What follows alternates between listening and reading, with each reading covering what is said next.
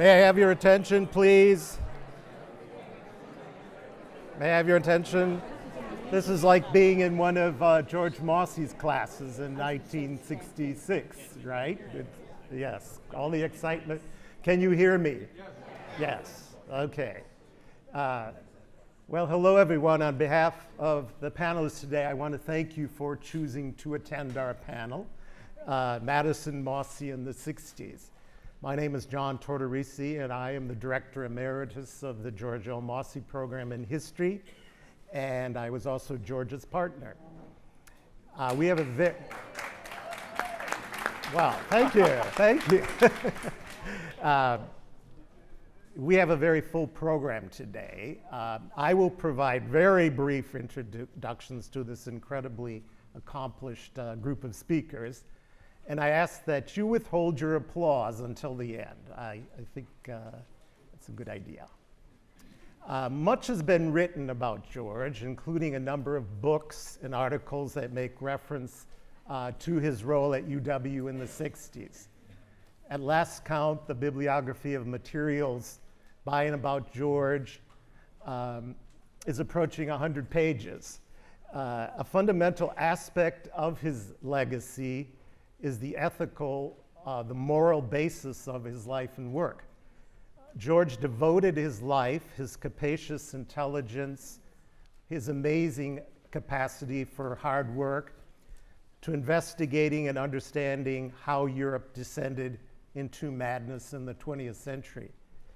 His own compelling life story, his insights into the fragility of rational argument to counter human stereotypes and emotions in mass society, in mass culture, made him into one of the most influential historians of his generation. His abiding sense of responsibility towards his students and his belief in human potentials guided his actions in the 60s as it did throughout his career.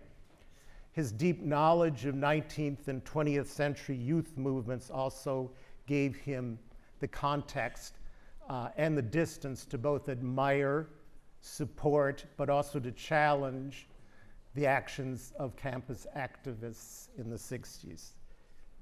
We have panelists today who have experienced Madison in the 60s, and I thought it appropriate that we start today's panel by also hearing from the younger generation. Skye Doney, who is the director of the Mosse program, is a recent UW PhD in history. I have met many young scholars who have told me their decision to pursue the study of history as a career was motivated by reading one of George's books and experiencing that unique ability George had of pulling students into the study of history. Skye is one of a new generation of scholars who continue to be inspired by George's life and work. Skye received his doctorate in history in 2014, studying Central European history with Professor Rudy Koshar.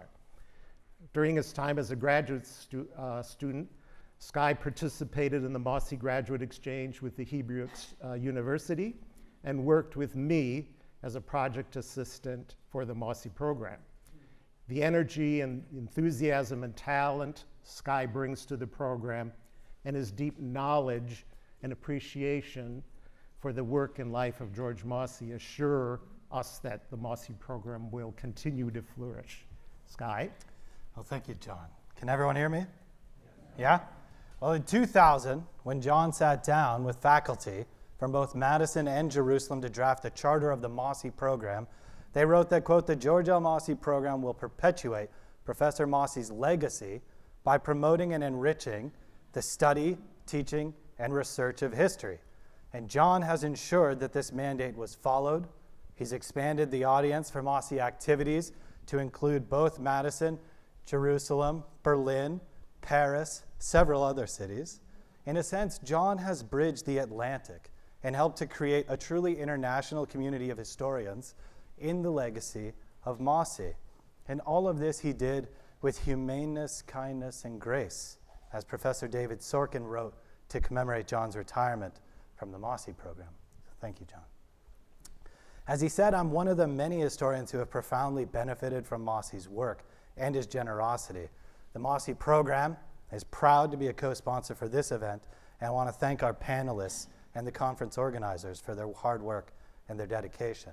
Off to the side, I had some handouts on the Mosse program and our ongoing activities, as well as a couple of magnets with two of my favorite Mosseisms, including a liberal education demands disagreement.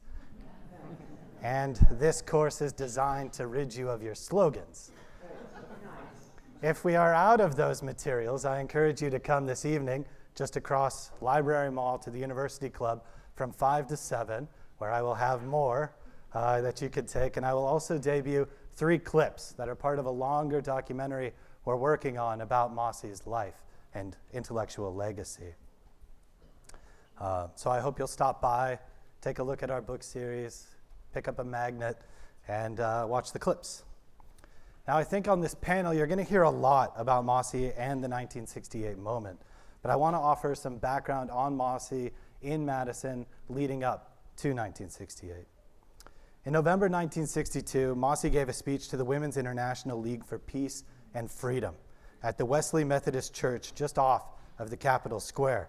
And in a crowded room, Mosse warned his audience about the potential international situation in the wake of the Cuban Missile Crisis. Mosse was pessimistic.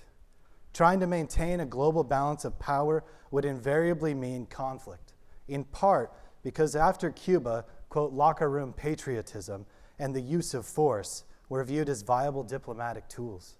Mosse stated, quote, the mentality that is driving us toward war denies free conscious activity. And Mosse called on his audience to debunk mental attitudes that were obsessed with power and making false historical analogies.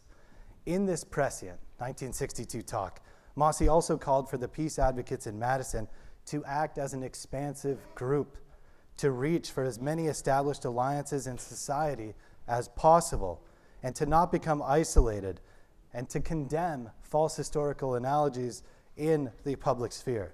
With typical Mosse frankness, he noted that, quote, if you really believe that Khrushchev is a Hitler, then there is no hope for you. If the peace movement cannot mobilize soon, and if Americans bought into narratives that the USA possessed defensive missiles and the USSR only possessed offensive missiles, he predicted another severe international crisis. This was before Dallas and before escalation, before the draft, and before Dow. This talk set the tone for Mosse's engagement with peace movements and student protest throughout the 1960s. Again, he was severe against historical analogies that he viewed as false. Russia was not Germany, Cuba was not Munich, and Russians were not Nazis. American diplomats and politicians who made those comparisons relied on fear and supported a warmonger mentality. Mosse warned against slogans, arms for peace, balance of terror.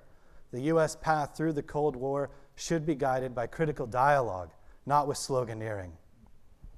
3 years after the Wesley Methodist speech, in March 1965, Mosse participated in a faculty teach-in to protest the Vietnam War from 2 in the afternoon through midnight. That same day, he joined 25 UW faculty in signing a letter to President Johnson to oppose continued U.S. involvement in Vietnam. This same month, he condemned the Madison Police Department for using photographers at public demonstrations against the war. The police gathered images and created files on individual participants. Here again, Mosse defended individual rights. Quote, no obstacles should be put in the way of the free expression of opinion. Police were there to keep order, not to take attendance. Into 1966, Mosse advocated dialogue between student activists and municipal and university authorities. He pursued his belief in critical thought by acting as a mediator between university administration and students. In 1966, during a student sit-in to protest the Vietnam draft, Mosse supported students who acted, quote, by persuasion and not coercion. And he publicly stated that words like illegal, unauthorized, and coercion have no place in judging this movement. Mosse frequently visited student protesters and challenged perceptions of students as out-of-state rabble-rousers. He told the Wisconsin State Journal that in his experience, students were courteous and treated him with politeness. Again, in 1966, he advised students on how to best present their grievances to UW faculty. The following year, November 1967, Mosse was quoted across the country, from Corpus Christi to the New York Times, for his statement that, quote, "The essence of a university is the personal relationship and dialogue between some interesting professors and some interested students." Well, perhaps a future magnet there. And again, as moderator, Mosse was not afraid to criticize student caricatures of UW-Madison faculty. In the Wisconsin State Journal, he rejected student complaints that the faculty who run this university are very conservative. And he went on to note that student complaints that professors were absent and not focused on teaching were nonsense, and that after all, quote, "the most popular professors on this campus are working scholars," in a veiled allusion to himself. Paul Brynas, who sadly could not join us today, described Mosse in the 1960s as one of the most popular professors and articulator of student grievance. Quote, "George Mosse's relation to the burgeoning student activism in 1966-67 was complex, yet ultimately defined by his solidarity. Opposed to the Vietnam War and sympathetic to many of our impulses, Mosse was openly critical of the increasing use of confrontation strategies. Distancing himself from our tactics, he proclaimed his solidarity with our goals and impulses." Mosse remained one of the pillars of the period, involved in not just student affairs, but university administration. In 1967, for example, Mosse protested an initiative to privatize student housing, which he described as a thinly veiled attempt to create racial segregation on campus. He worked to preserve equality and to publicly denounce problematic UW-Madison policies. Mosse, for his own part, remembered the period leading up to 1968 very fondly. Quote, "The first stage of the movement was a terribly exciting period from the point of view of teaching. The students read a great deal. They took their history seriously, and they were eager for intellectual discussion. I have never witnessed their kind of intellectual excitement on campus before or since." As the 60s progressed, Mosse's lectures became campus events, part of the heavy drama of the nascent student movement. As he had in his historical scholarship, Mosse remained outside, navigating a path between the violence of Dow and the intractability of university administration. I'll end here then by quoting again Paul Brynas. Quote, "You have probably heard the joke that asks how many people from Madison it takes to put in a light bulb.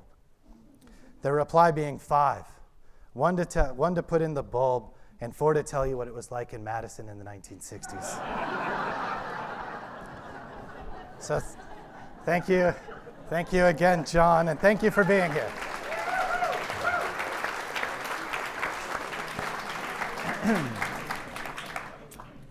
Thanks, Sky. Hasia Diner is Paul and Sylvia Steinberg Professor at New York University. She's the author-editor of 12 books. Most recently, We Remember with Reverence and Love, American Jews and the Myth of Silence After the Holocaust, 1945-1962. At NYU, she has mentored a generation of graduate students who have gone on to distinguished careers, and she also directs the Goldstein-Goren Center for American Jewish History. Both as a scholar in her own right and as a leading presence in the profession, Hasia has played a major role in shaping the scholarly study of American Jewish history.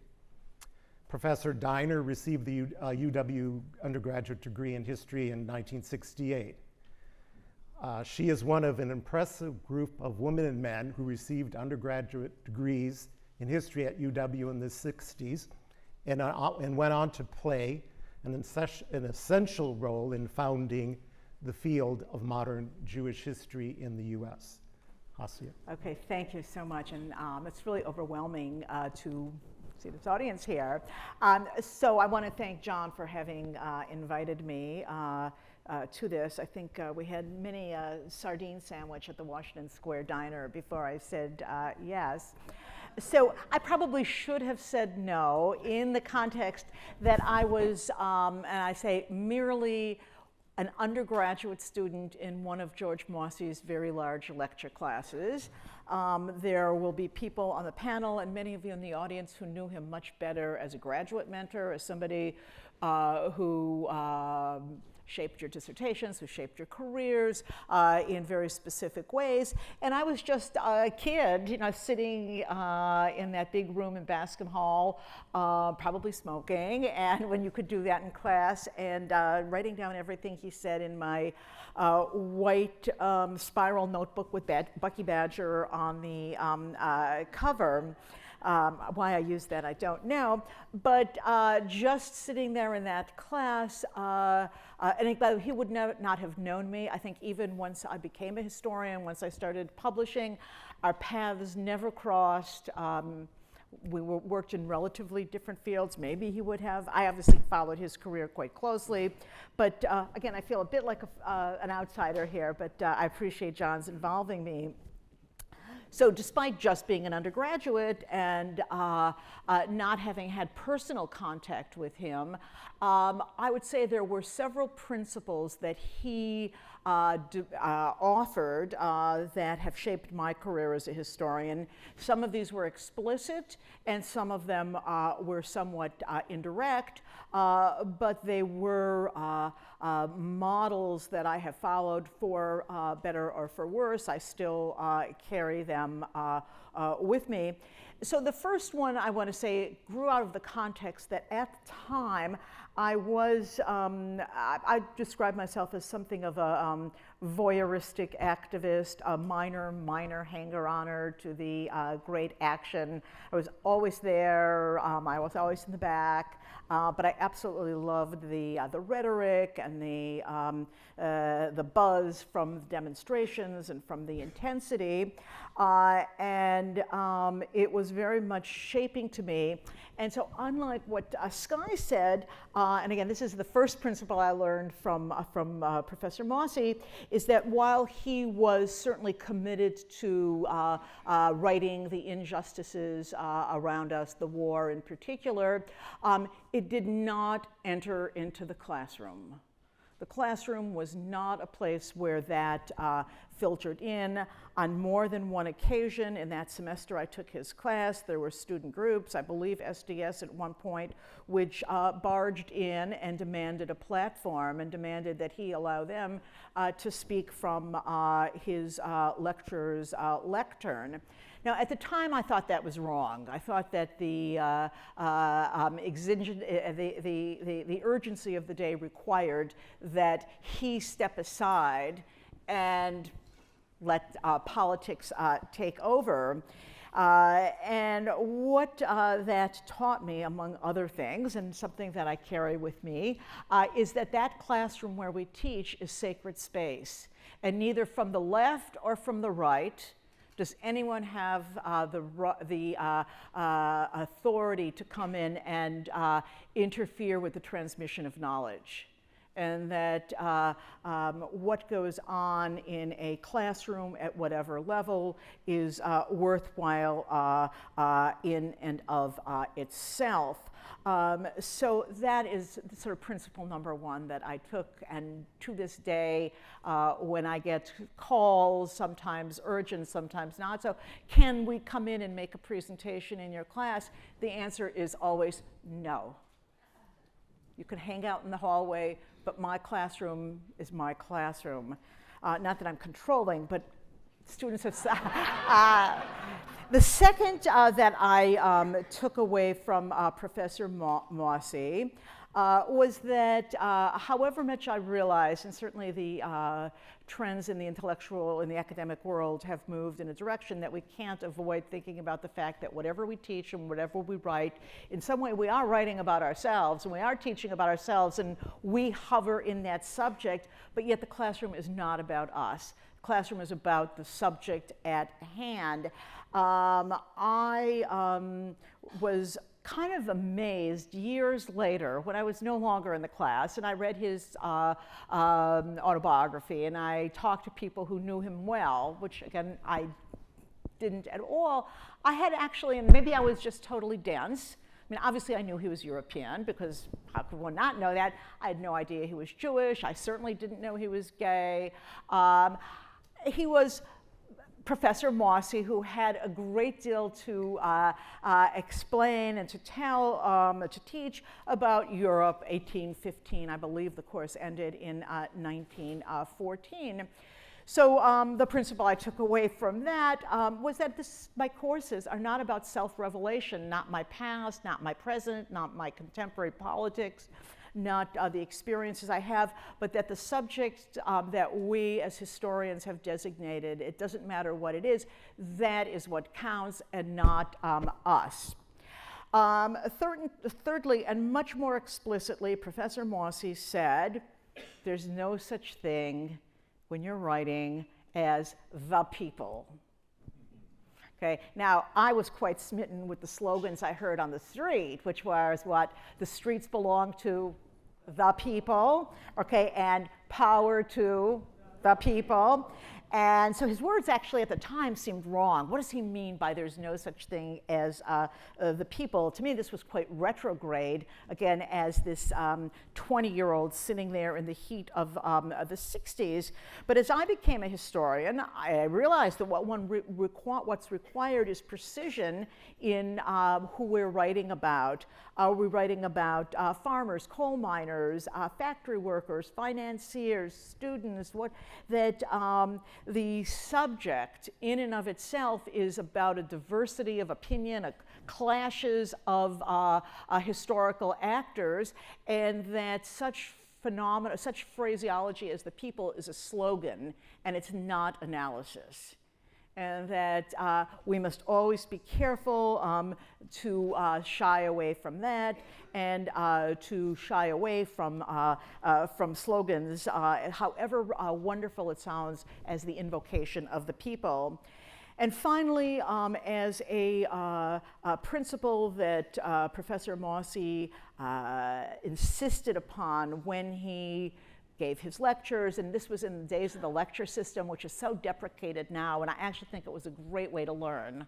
And I don't do it myself because it's now so out of style, but I actually think it was a fabulously engaging mode of conveying ideas. But he said when in his lectures and when he spoke about the books we were reading and the other historians who had written on the various subjects at hand, that the most important thing is evidence. And that when you read, when you think, when you are being exposed to historical arguments, you have to always say, what's the evidence for whatever is being purported? It's not enough for you as the professor or you as the writer to want that to have been the case. You must have the evidence to deliver the goods.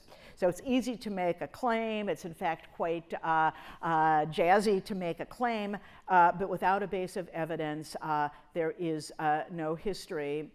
So since I never had a conversation with him, I never had a chance to say this to him personally. I really would like to thank him for having spoken to me from on high, and I think it was that big lecture hall in Bascom Hall where he gave his lectures.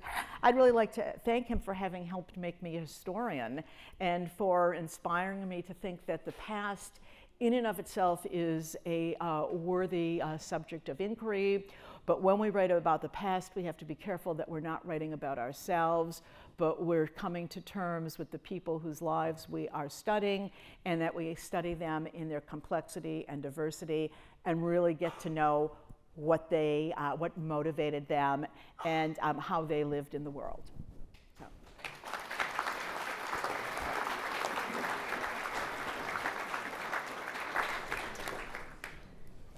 Well, few individuals know how this institution actually functions. David Ward is one. In fact, David may be the only individual who knows how this institution actually functions. His vast institutional memory is unparalleled in its depth and knowledge. Few have done more to assure the continued excellence of UW-Madison. few have shown more loyalty, commitment, sense of duty to this institution than David has consistently shown over the course of a long and distinguished career. As many of you know, David arrived in Madison in 1960 and received his doctorate from UW in urban geography in 1963. In addition to a distinguished career as a teacher and scholar, David served in numerous administrative posts, culminating in his service as chancellor from 1993 to 2001. After leaving UW in 2001 to serve as president of the American Council on Education, David returned to Madison in 2011 for an additional 2-year appointment as interim chancellor. In 2011, at a time when UW faced unique challenges, and at a time in their lives when most people are retired, David and Judith brought a calm, humane dignity to a fractious situation that required immediate, tough decisions. Their leadership was immensely reassuring to all of us in the UW community. David and Judith continue to have amazing energy. Their careers serving UW have always been a shared undertaking. They also share a wide-ranging curiosity about the world and an amazingly positive, optimistic view of the younger generation and its potential. Their deep affection for UW-Madison and all it has given them continues to motivate their lives. David. Thank you very much.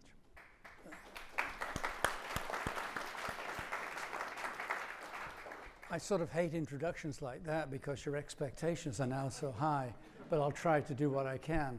My encounter with George Mosse is defined by the year 1980. Before 1980, he was a celebrity, an icon, somebody who I, as a scholar, sort of linked myself to because I want to exemplify what he did. After 1980, I knew him as a person, and I viewed him as a friend, not a close friend, but a friend who I could have frequent conversations. And in fact, when I was chancellor, he was somebody who I always felt I could make a comment and figure that George would be somebody who would have something rather cynical to say about what I had done. But curiously, while he would tell me the truth, he also had this compassion as well. And it was that combination of compassion and truth that I think is probably very deeply part of what George is. What was 1980? 1980 was an odd year in which both he and I were visiting professors at Australian National University in Canberra.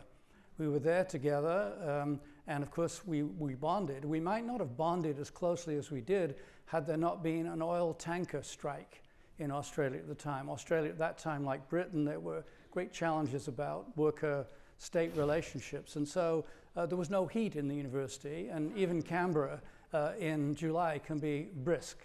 So with our blankets and various other kinds of ways of keeping warm, we used to talk history together. We discovered that we were both in Australia for very similar reasons.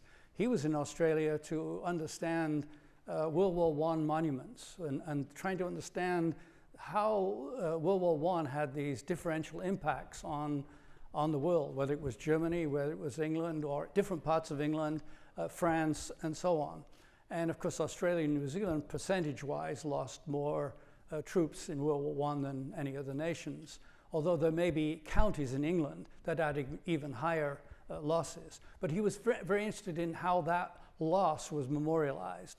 And if any of you have been to Melbourne or Sydney or Adelaide, the sheer monumental character of these war memorials is really quite staggering. I was there because I was an urban geographer interested in Victorian cities, 19th century cities, and of course the transplantation of that English idea to Australia. So I too was interested in Sydney and Adelaide and Melbourne, particularly Melbourne. And there, of course, it was the town hall. So we were both interested in a kind of physical symbol, this Victorian paternalism, Victorian civic consciousness expressed in these enormous symbols of what good government ought and can achieve, and he in the great losses that were there. So we talked a great deal about really the interplay historiographically between intellectual history, the history of ideas, social history and its consequences, and the built environment that may be in part a reflection of that. So this was probably among the most fertile 4 weeks of my life. We then did begin to reflect on life before 1980, and in particular, the 60s came up. And it was very interesting because we were both, in a sense, innate historians, and one of the reflections that I remember well was the difference between 1960 and 1970. We talk about the 60s as if there's some historical coherence. And I think there is a narrative that Skye has indicated as George moved politically through that decade. But actually, if you arrived, as I did as a young Englishman in 1960, on a Fulbright, Madison between 1960 and 65 was beyond McCarthy, and it was overcoming Eisenhower. There was a sort of gradation of left, center, and consensus almost. It was not an era of natural conflict. There were obviously conflicts, but it was not a contentious era, and the election of Kennedy certainly, for many young people, was thought of as a positive, progressive move for the nation itself. So I arrived feeling quite remarkable about the almost equipoise, if you want to put that existed. Now there were these issues. Issues of nuclear disarmament, issues of Cuba, issues following the Hungarian invasion. I left England at a university, Leeds, where the divisions of the left were decisive. Not only divisions between what I might call left-center and way left, but also Stalinist, Trotskyite conflicts were still very vital to the intellectual life. And the Labour Party itself, of course, was challenged simply by the sheer fragmentation of who and what it was. And as I was told by one of my teachers at the time, that I had to remember that the great disability of the Labour Party was not its fragmentation, but the only reason for the Conservative Party to exist was to win elections. Never forget that. So what is the purpose of a political party, in other words? Anyway, I arrived in 1960 and met Judith, who has been generously mentioned by John, who's true partnership. We met here in the early 60s, and the thing that was the great joy was not only to find Judith, but that she was taking a course as an undergraduate by George Mosse. And this was a course really on European intellectual history, but deep down, what George was about, as I then began to read what George had written at that time, was about the nature of authority and power and how it might be exercised. And it was really, to me, a revelation, because I had been taught in England by people who'd fought World War II. Almost everybody who taught me had been in the Battle of Britain, they'd been on a boat, they'd been in North Africa, they'd been across Germany in 1944. And we really had a sense of a just war, that there was a kind of sense that there was something about all this, and they expressed this, whether they were right or left of center. There was this sense that something had been achieved by this. But I never fully understood the nature of the pathology they were fighting. They were, in a sense, it was a form of self-justification of the sacrifice they had made, which was considerable.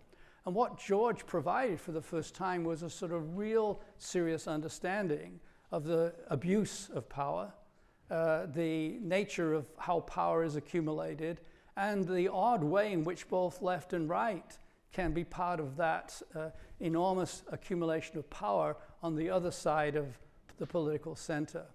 So George, even though he was, I didn't take a course with him, although I did try to sit in the aisles. If you came late to his lectures, you sit in the aisles and so on. But it was truly remarkable, and to also understand the charisma and the success, which I think Hasia mentioned. Here is this large lecture, and yet there was this individual connection that you were getting, plus powerful intellectual ammunition. The brain was truly being agitated. And it sort of makes me feel that there probably are a special group of teachers out there who should still be permitted to do this indecent thing, that is teach students in large numbers. There are a few people who can do it, and it can work. So that was my early experience of George, and I think the political context of this, even though you sensed he was engaged with the era of the Cold War and the implications of the Cold War, there was a kind of a consensus, or there was some bounds to the conflicts that would occur in that situation.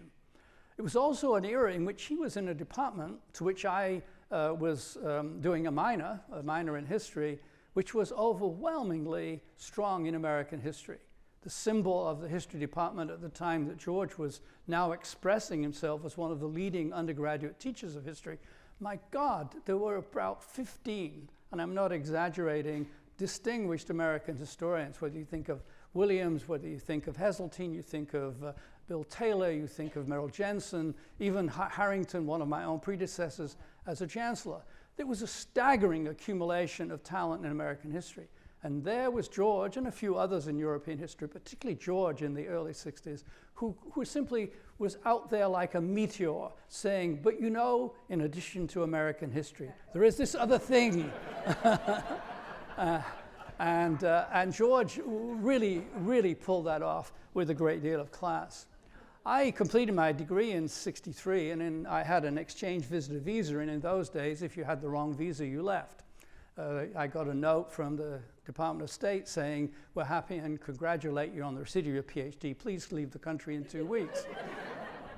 Fortunately, if you're a Brit, you could go to Canada. So I left, went to Canada, and in fact taught in Canada for a while. So I had a Canadian interlude. So when I came back in 1966, invited back to be a professor in my department in which I'd got my degree, I gather 3 years was enough to avoid a common problem in Wisconsin, which is called intellectual incest. We were unlike Harvard and Yale, we didn't like to hire our own, but if you'd been gone for 3 years now, this was okay. And of course, it was a period of very, very rapid growth.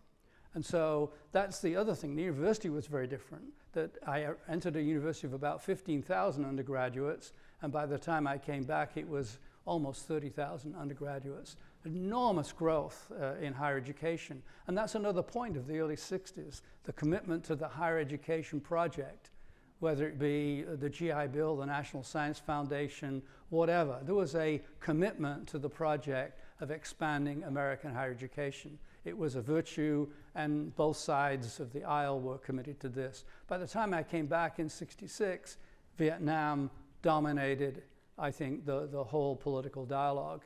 Even though, of course, the Johnson years had, in a domestic sense, fulfilled some of the promise that we thought came out of the 1960 election of Kennedy.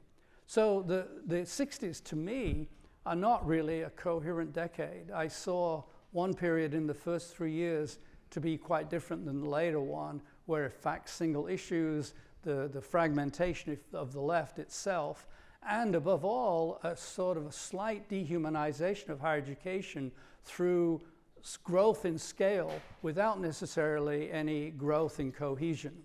So it was the late 60s, I think, is the era in which George's confrontation was truly challenged, because he was not a man who saw simple things, or was a man who would not change.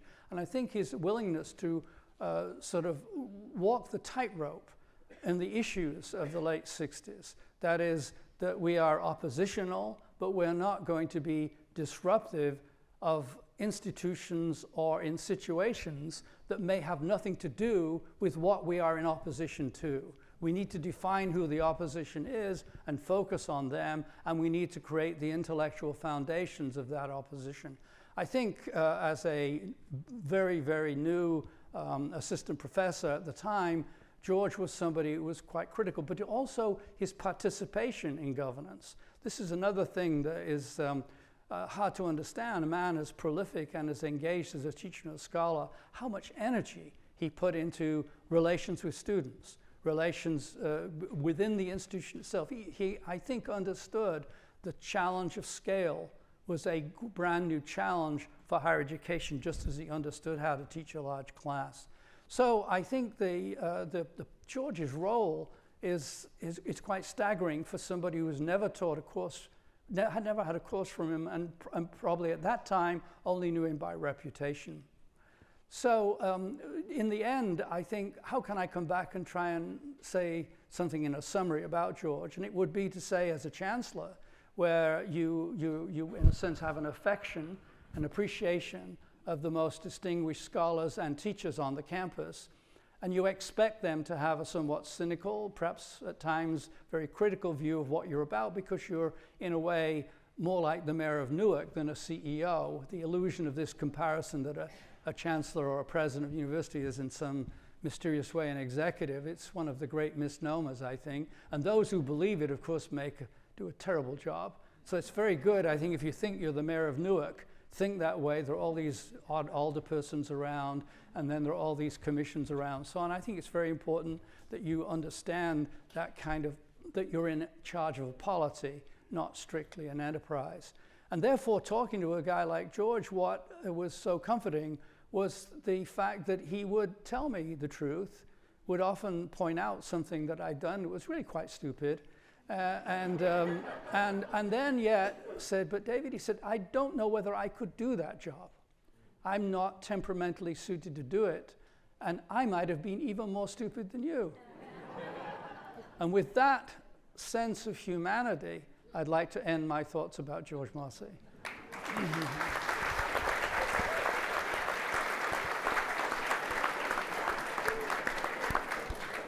Thank you, David. Lowell Bergman is one of the most influential and effective investigative reporters of our time. He has spent nearly a half-century as an investigative reporter, producer, and correspondent for Rolling Stone, ABC News, 60 Minutes, CBS News, the New York Times, Frontline, you name it. His investigation of the plight of iron foundry workers with David Barstow in the New York Times in 2004 won the Pulitzer Prize for Public Service. A simultaneous broadcast of the documentary for PBS's Frontline and the CBC, A Dangerous Business, was honored with a DuPont Award.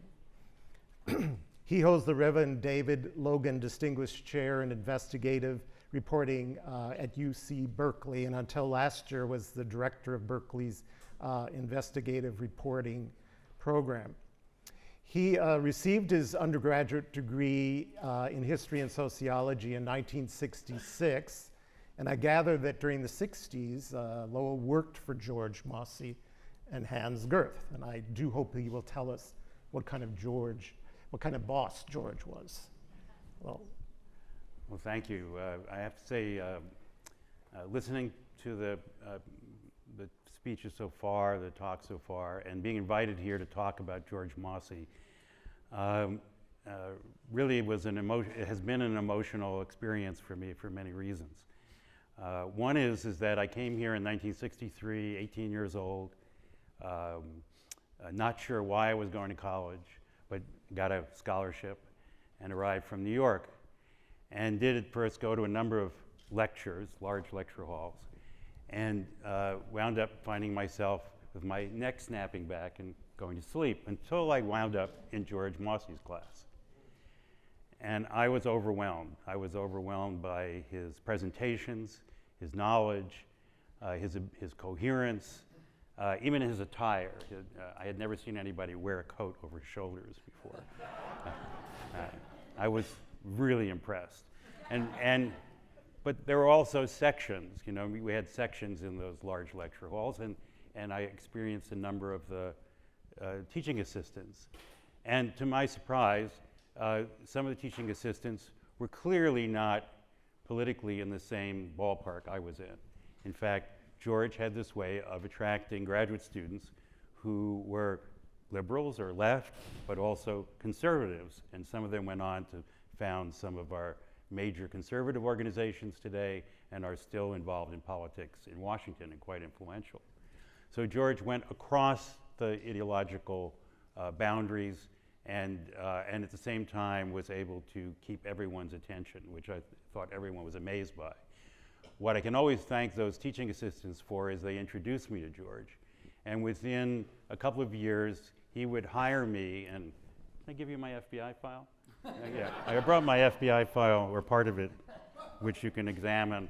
And it says it records in the early sections that I'm employed by George Mosse and Hans Gerth separately.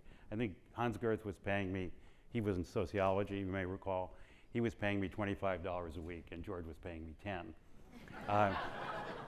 And in that role with both of them, and I'll get to this in a minute, I came in contact with someone who, despite his great knowledge, despite all the depth of his scholarship, not only had a sense of humor, but had the patience to tell you the simplest of things in his world and spend that time with you, which was, look, by then I was 19 or 20, so it was quite extraordinary. But the thing that really, if you will, bonded me with George was I became the co-chairman of the Committee to End the War in Madison in 1965. And in 1966, with the growing intensity of the war and the introduction of the draft exams, we went obviously from a small group of us walking around in a circle on a street corner with signs to more and more support from the student body, culminating in May of 1966 with the occupation of the building where the George Mosse building now stands. Somehow they took that building down, the administration building. And that would result in the end with closing of the university. One of the key things that happened in that event, when I was at various times with Jim Hawley, my roommate actually, and I were the co-chairmen of the committee, was that Harvey Goldberg, Hans Gerth, and George Mosse showed up and talked to us. That is, not just talk to the students one-on-one, but afterwards talk to those of us who were leading the meeting and so on. And when I got involved in negotiations with the chancellor at the time, Robin Fleming, George came along with me to one of the meetings and tried to make sure that things, in a sense, worked out, and was greatly relieved that, in fact, despite the police, despite the political threats to call it the National Guard, that the whole thing resolved itself peacefully and after great discussion amongst at least the students. Now, I left in the summer, in August of 1966, but I want to go back for a moment because one of the more interesting things in my interactions, both working around George and also Hans Gerth, was the two things. One is that what they were doing and the person that they sent me to study with, both of them, Herbert Marcuse, were doing, was trying to figure out how this could have happened in their home country. How did this happen? And before I came here, I started rereading A Crisis in German Ideology, one of George's books. And if you read in there closely, you'll see that he says the real purpose of what he was doing in looking at the way Hitler took power in Germany and the Nazis took power in Germany is that the way was prepared, as he wrote. There was a history to it. It wasn't a one-off situation. That a large portion of the population, particularly of conservatives in Germany, had the same system of beliefs. Now, they may not have agreed with the way the Nazis did it, but they had that common interest, and there was an intellectual history to it, and it wasn't just an off-the-cuff thing. Neither is the situation that's going on now in this country. And so that lesson, I think that's a lesson that at least he's given to me in trying to understand, now that I've moved into a profession that produces the first draft of history, that what we were confronting then in the early 1960s and throughout the 1960s, as well as what the society is being confronted with today, is not an isolated event. And it's rooted in our own history and to understand that, as opposed to just oppose it or pick it apart, is maybe the great lesson that we can take with us from George Mosse and the other German expatriate professors that I spent time with in the 1960s.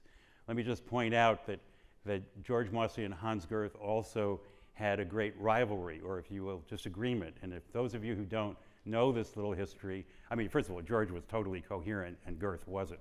I mean, that would be a kind way of putting it. And the reason he paid me more money is I had to spend more time with him getting him organized, when, if at all, possible. But Hans Girth will be another conversation. But what their struggle over was George, as most of you know, was the son of a wealthy, established Jewish family in Germany that owned the equivalent of the New York Times in Germany, as well as many other newspapers. And they were amongst the first to be expropriated by the Nazis. Hans Girth continued, he was not Jewish, and continued in Germany and was a columnist for the expropriated Berliner Tageblatt, if you will, the flagship of his family's empire, and wrote a column every week on culture in the newspaper until he left Germany in 1968.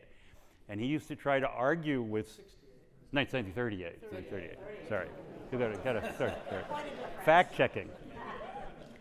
And the debate was George's sense that Hans had to have been compromised in order to stay that long, and Hans trying to show evidence that in his columns of how he would quote from Nietzsche or others in order to celebrate things like Freud's birthday. So this arcane battle went on in the background and around me is something I'll never forget.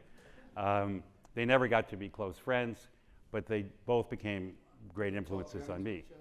And they spoke German to each other. And then they would turn to me and translate. So I think that it would, those of you who were in his classes, those of you who experienced him in his lectures, I would recommend to you, go back and read some of his stuff.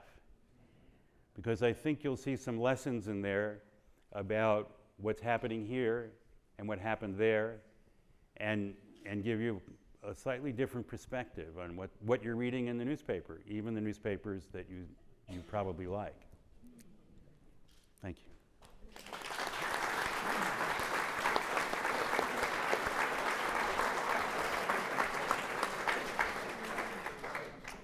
Thank you, Will. Scholars of film consistently rank Michael Mann among the most admired directors working today. For his body of work, he has received many awards and accolades, including numerous Golden Globes, BAFTAs, Academy Award nominations. Perhaps his greatest accomplishment is that over a course of a long career, he has made and continues to make intelligent, challenging films in Hollywood. And that is a very rare achievement indeed. To mention just one of his many achievements, his film Heat reshaped the entire crime film genre and has been endlessly replicated since its release. Michael graduated from UW-Madison in 1965 and has said that he became interested in filmmaking when he took a film course at UW.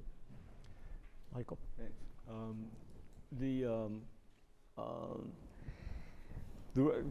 George Mosse's, it's very difficult to imagine what it was like taking a course by George Mosse in 1963, 64. I was an English major, but I took a lot of history courses. And it was one of the benefits of great liberal arts education. I took everything from astronomy to geography to courses from William Appleton Williams in foreign policy, and then but the most stellar and probably influential educational experience I had was taking George Mosse's class. The first thing was that you had to register literally in nanoseconds, or the 300, the capacity of 300 students was filled up like in an instant. And as Lowell was saying, when you were in that class, if you had the courage to raise your hand and ask a question, it really had better be a good question, or the rigor of George's intellect was stunning. But the really illuminating impact that he had for me was was how he thought. And if we read Simon Schama or any, or look at history today, the notion of interdisciplinary historical perspective of various different kinds is a norm. It certainly was not in the 60s. There were economic determinists. If you were interested in foreign policy, I've mentioned it, William Ackerman Williams. George teaching a class in 19th and 20th century cultural history, European cultural history, was a phenomenal kind of awakening of phenomena, about phenomena that exists in the world, is very intangible, very hard to measure, so it's ignored. And the role in the rise of fascism, the domination of totalitarian systems over Enlightenment values, by analyzing things like myth, the shapes of World War I monuments in different countries, attitudes about sex, the real mechanics of how racism functions, why it functions the way it does, folk myths, the interrelationship of those things was for me an illumination. It became very personal because in making films, what I do is basically reverse engineer that process in the sense of using some of those tools along with some anthropological typologies for understanding subcultures. But if one wants to create a feeling of oppression or claustrophobia, or the sense of domination, and George Mosse's talking about Leni Riefenstahl's propaganda and triumph of the will, and that can be inverted in shooting things at night and having an entire lid on all the characters so that the feelings of containment. So they became, for me, a way of seeing and a kind of an instruction on this is what one is to aspire to. So it kind of inculcated a kind of an ambition. I didn't know George when I was an undergraduate. I did in later life. There were some questions that I had on various films. I got there was something after George died, and I did a biography of Muhammad Ali, how racism functioned, which is very key to what that film is about.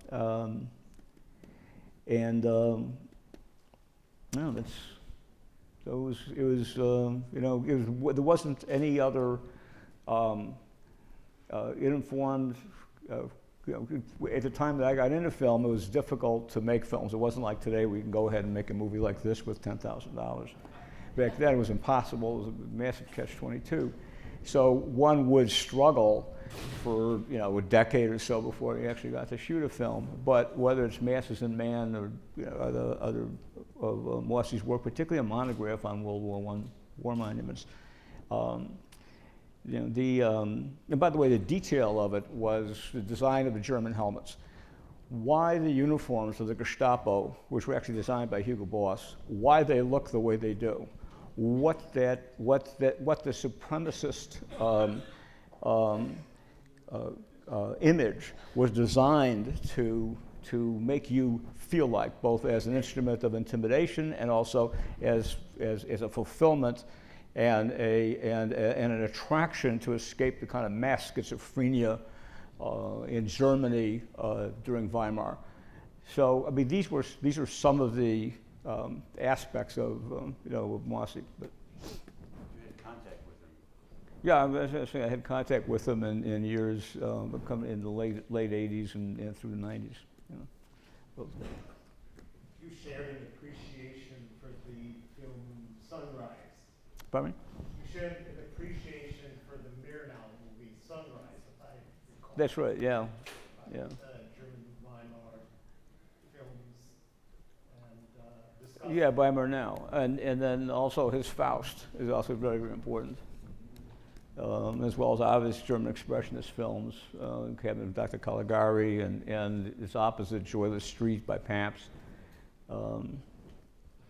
And I don't know if, you know, that evocation of what was Weimar that Mosse came out of, I haven't seen any presentation of it that's as good as Berlin Babylon, if you haven't seen it.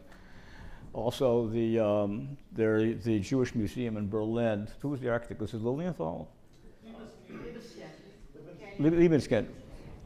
Is quite extraordinary. And Mosse Verlag was, they were additionally the Berliner Tageblatt. A couple of the newspapers. They're also the biggest advertising agency. He told me a story once that he was the last one of his family to leave. And the day he left, he was crossing the border, and the night he left, he was crossing the border into Switzerland. And as coincidence would have it, that night Hitler was denouncing his father in a 45-minute radio broadcast. And the German border guards knew exactly who he was. And, but he had a stamp on the passport, and their rigid adherence to regulations compelled them to allow him to pass out. That's it. Thank you.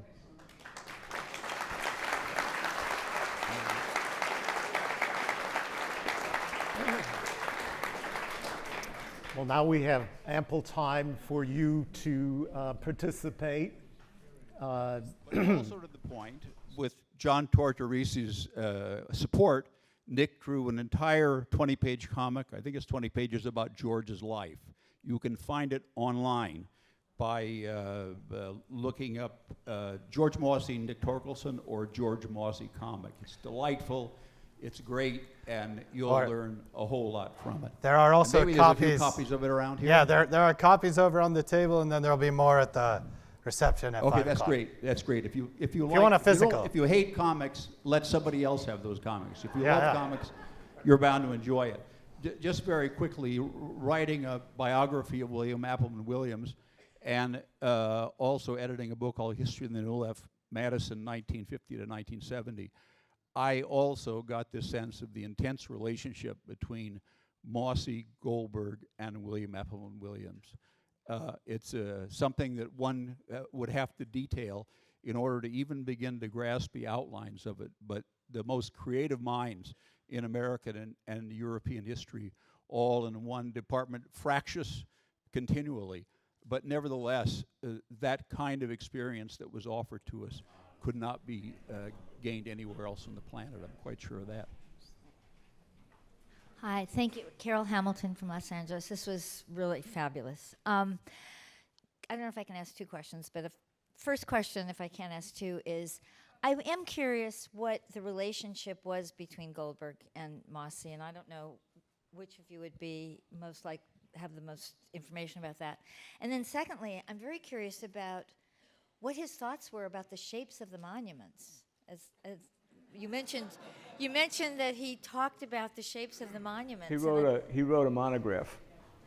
He did a monograph on World War I German monuments, and also the shapes of pillboxes, the fortifications that are left, how they make you feel, why they make you feel that way, and what I do is the inverse. I have a feeling I want to have impact upon you.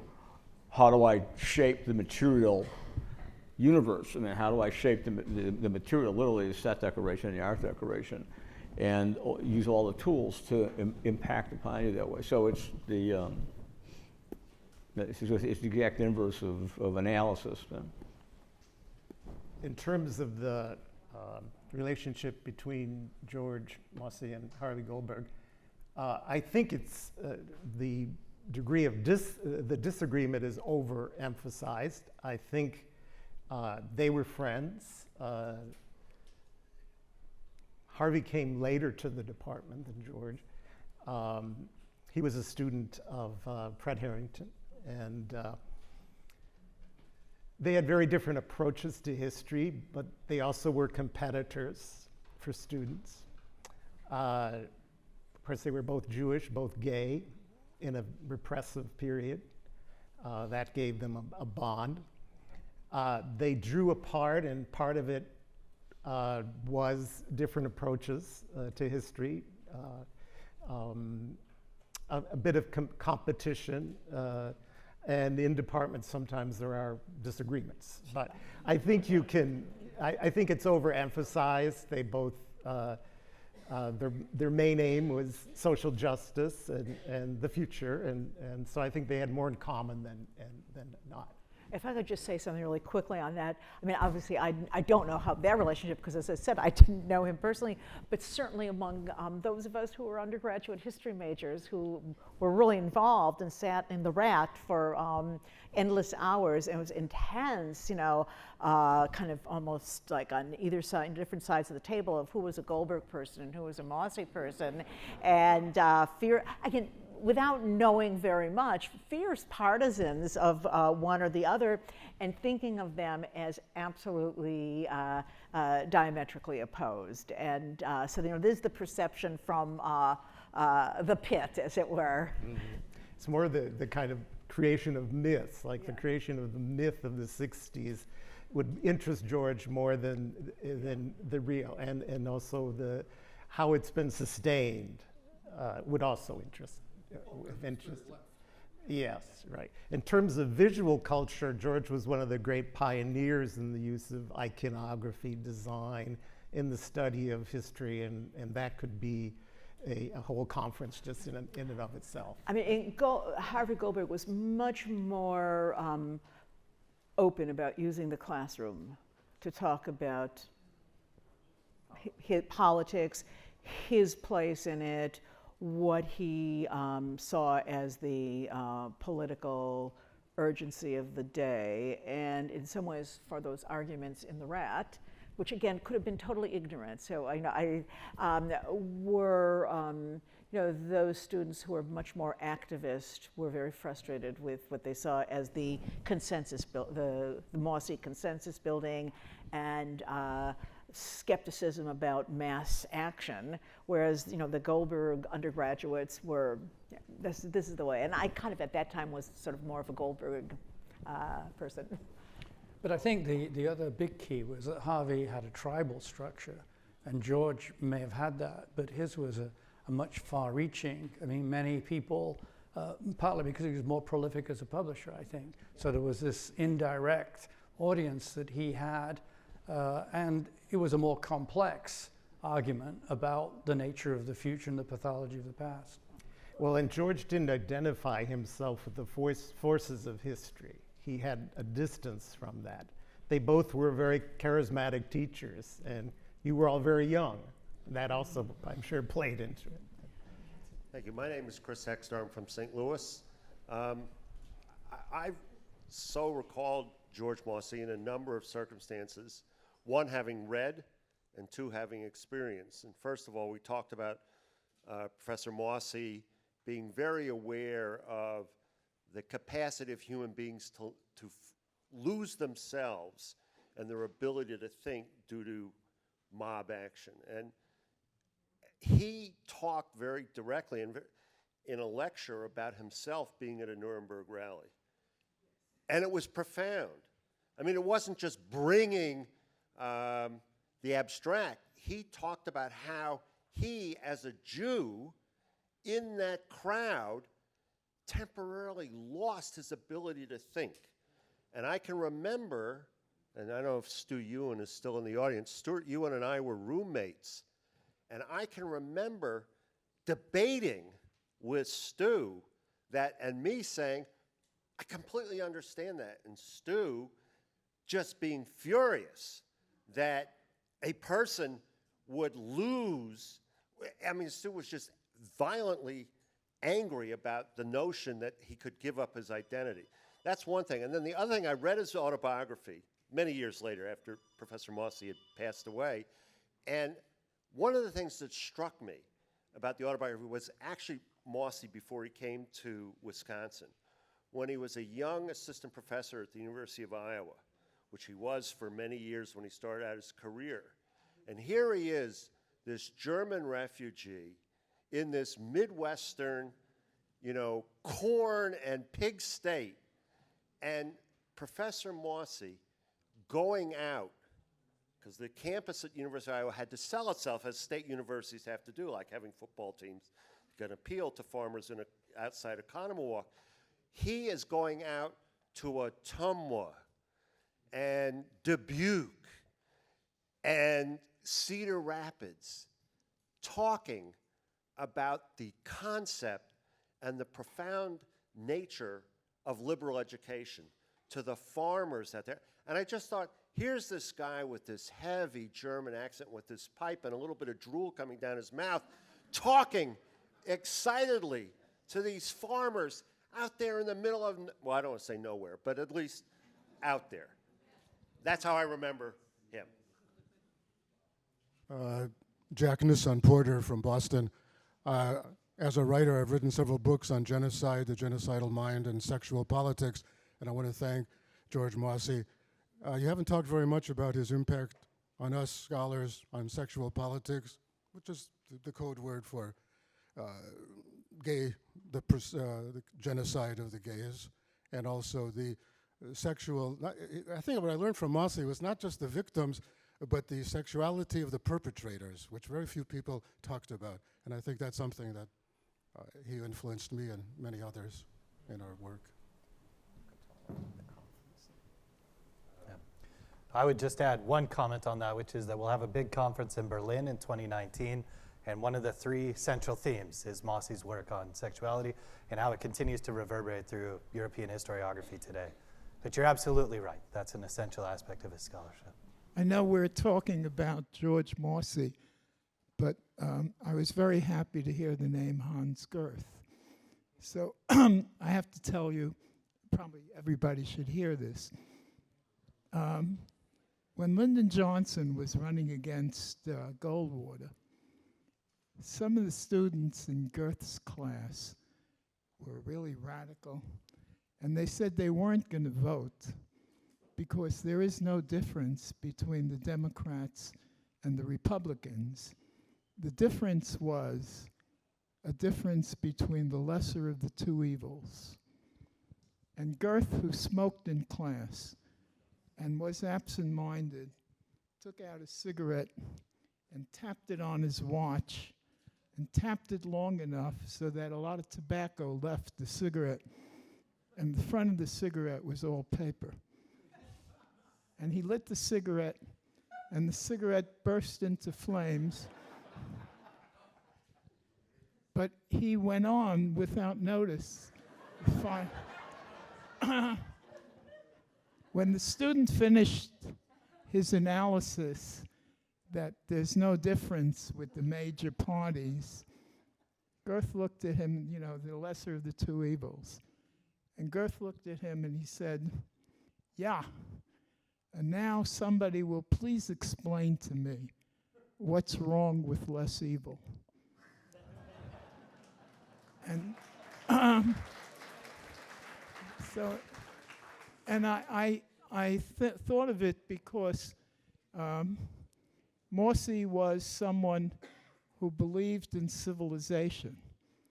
And Mosse lectured a number of us who were, about 20 of us had signed the petition denouncing the invasion of Cuba by Kennedy. And Mosse talked to us in a way that my father talked to me, that he had an understanding of politics that young people simply didn't have. And Gerth understood, too, that it wasn't how radical you are, it's that you had to, if you were going to decide on a candidate, vote for the one who has the greatest stake in civilization. And so there is nothing wrong with less evil.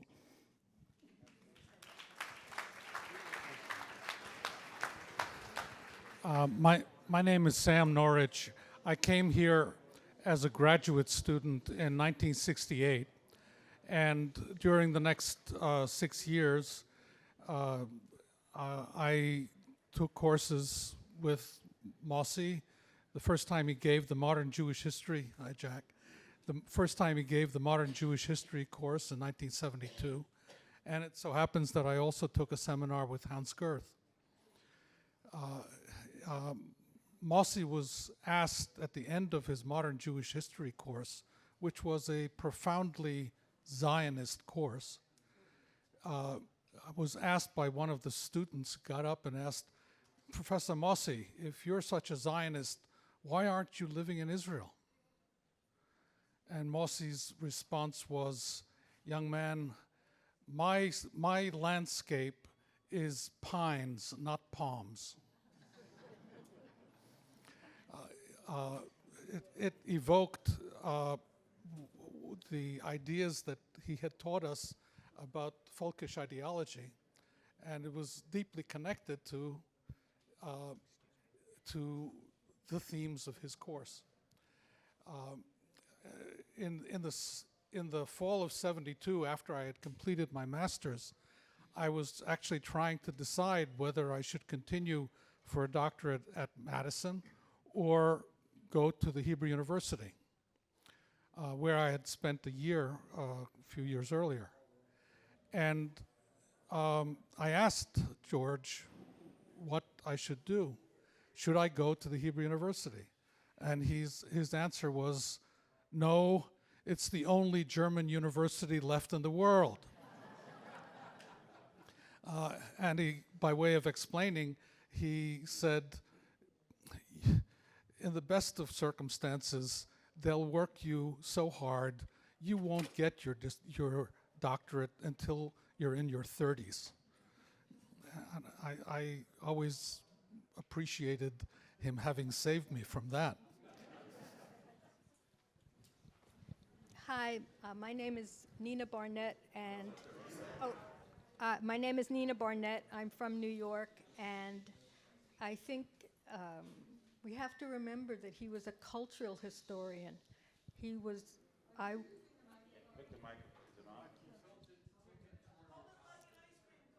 like this? Is that better? Okay. He taught cultural history. I got a degree in art history. And he was so significant to me because art history was taught as if everybody was in their separate little cubicle. Artists were not involved in what was happening in culture. And it became an absolutely revolutionary idea for me when I studied Edvard Munch and the anxiety at the turn of the century from positivism to relativism, and he really completely changed my whole understanding of artists and culture. I became a professional photographer. I was actually blessed to have known and worked with some of the great photographers of the 20th century, Lartigue, André Kertész, Brassai, and I really understood them as seeing their photography in the world, in their world, not as something just this unique little, people created art in a bubble, which was very, very much the nature of how art history was being taught at the time. Nobody taught that Michelangelo had horrific problems at the end of his life. There was war, there was terror, there was all kinds of stuff. And if his painting changed dramatically, it was not just out of from nowhere. And I will never forget, Mosse said, he talked about Impressionism. And he said the whole mode of transportation had changed. People were people had gone from walking to horses to trains, and people were seeing impressions as they moved really quickly. And this was revolution. This was a completely different way, new way of thinking about Impressionist art. Again, it didn't just come from, some whim of somebody to change how they saw light or space.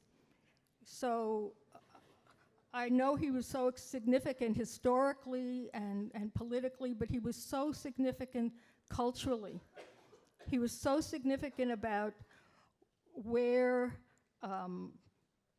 you know, the roots of Nazism came from opera, came from poetry, came from all the disciplines, and it really affected my life in terms of seeing everything as connected. Thank you. I'm Max Kumro. I took Mosse's undergraduate course as a sophomore in '63, I think.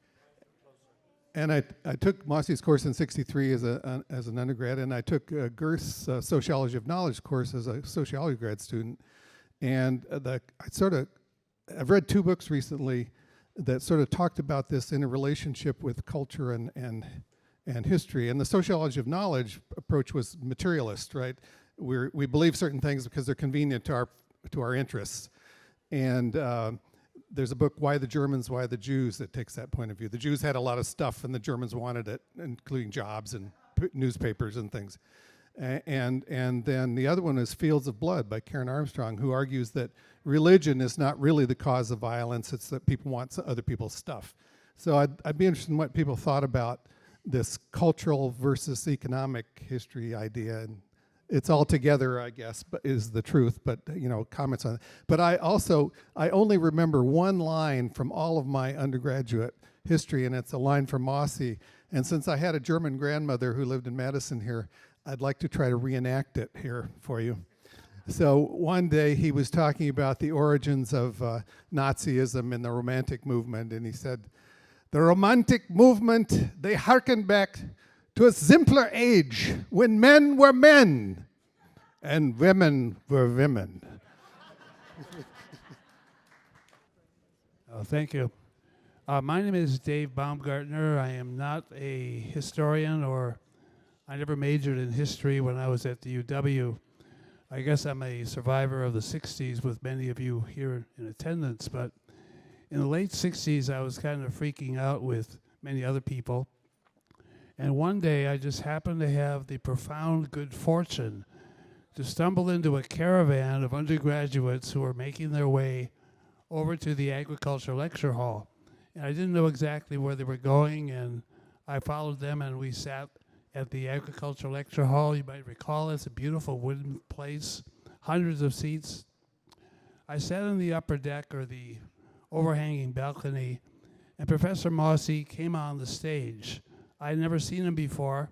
I'd heard a few things of him, but he proceeded to kind of captivate and capture the audience going through the almost pyrotechnics of a lecture. He pontificated, he strode across the stage, but I remember throughout his experience, there was a profound hissing. He would say something profound and people would be hiss. He'd say something else, they go hiss. He seemed to enjoy it, they seemed to enjoy it. It seemed to be a relationship of the two parties. And I remember a young man stood up in the balcony at that time after a session of hissing, and he said, "Professor Mosse, how do you make people rational who would rather hiss than think?" And there was no hissing at that comment. And there was kind of a perturbation and people talking in undertones. And Professor Mosse stopped his peroration for a few seconds and he said, "I don't know. I am not a cosmic figure." And I guess my question to you on a naive level is, what to Professor Mosse was or is a cosmic figure? Thank you. Did you say a cosmic thinker? Yes. Well, I do think you could read his works at a much deeper level. I do think you could do that. Yes. Very, very, very true. A subterranean reader. Yes. Right.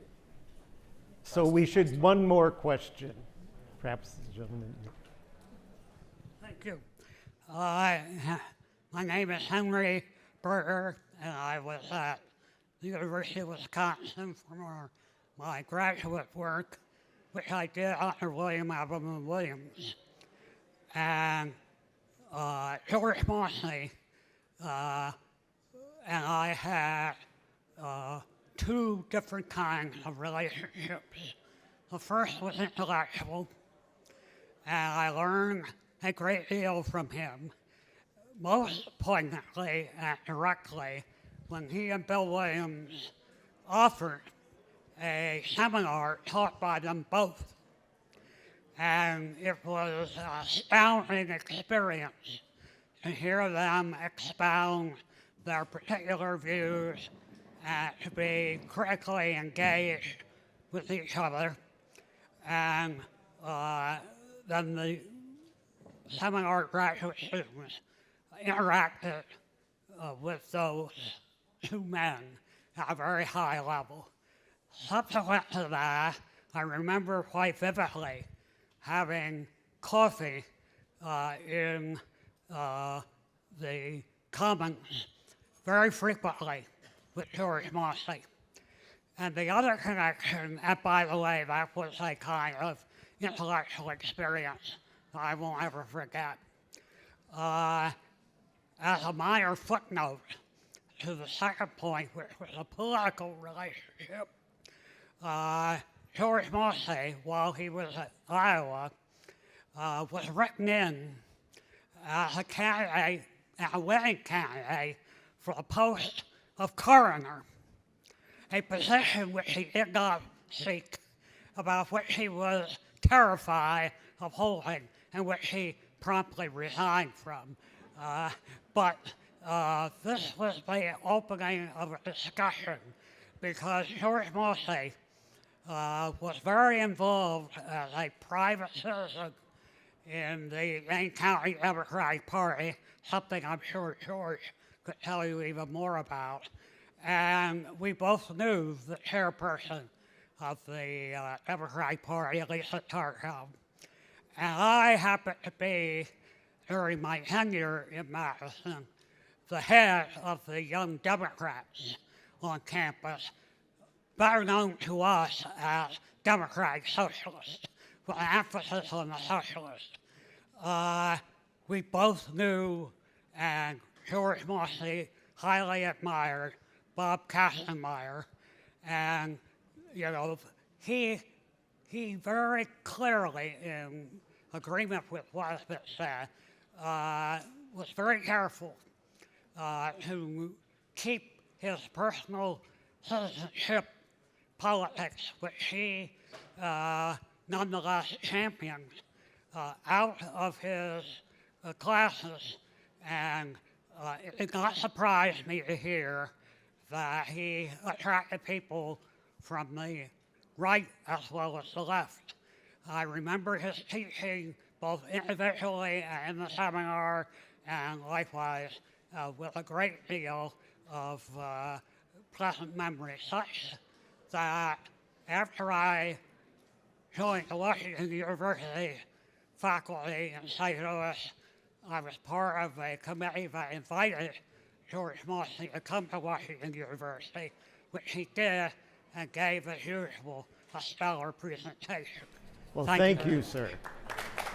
Thank you all for magnificent comments and questions, and thank the panelists for a great panel. Please join us at 5 p.m. at the University Club for the reception.